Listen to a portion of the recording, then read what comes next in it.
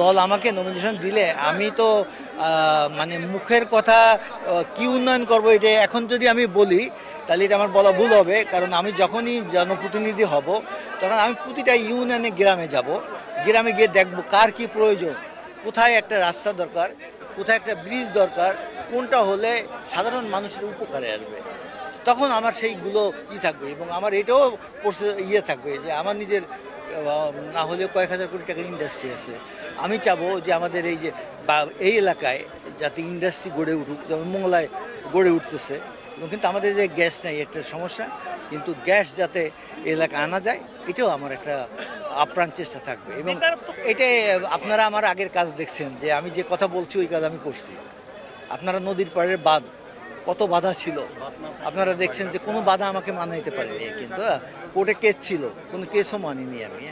Case মানিনি এই কারণে কাগজে কেস তোলাইছে, এস্ট্রে ছিল তাকে যে কোনোভাবে ম্যানেজ করে স্ট্রে তোলানো হয়েছে।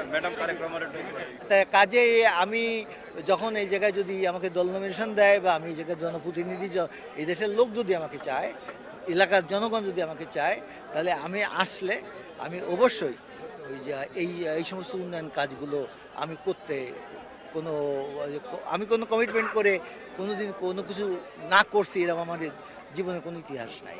হয়তো অনেক সময় টাকা পয়সার জন্যই অপারগতা হয়েছি, কিন্তু কমিটমেন্ট দিয়ে আমি কোনোদিন কোনো কিছুতে পিছিয়ে কখন ফিরিনি। বাগেরহাটের রাজনীতিতে আমার মনে হয় যে আমাদের দলের ভারপ্রাপ্ত চেয়ারপারসন উনি আমার চেয়ে বেশি জানে যে এই জায়গায় গ্রুপিং না কি আছে।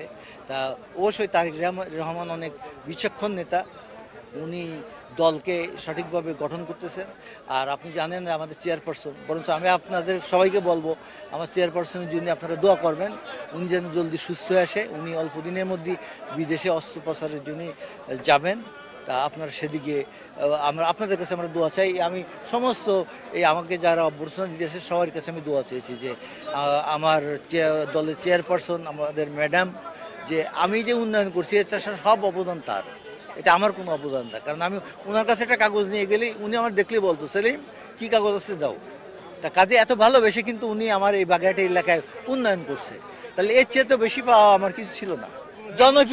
জনপ্রিয় হয়েছি ওনার যে টাকা দিয়েছে, আমি কোনো ওই টাকা দিয়ে কোনো অনেকে আছে টাকা তো আপনারা ওই গত 16 বছর দেখছেন যে টেন্ডার হয়েছে টাকা উঠে নিয়ে গেছে, কিন্তু বিএনপির আমলে এই সমস্ত হয়নি। টেন্ডার হয়েছে হয়তো বা আমাদের দলের ছেলেপেলেরা বিভিন্ন জায়গায় যে কাজ নিতে পারে, কিন্তু হয়তো 10% টাকা ইদিক উদিক হয়েছে, 90% তো কাজ হয়েছে।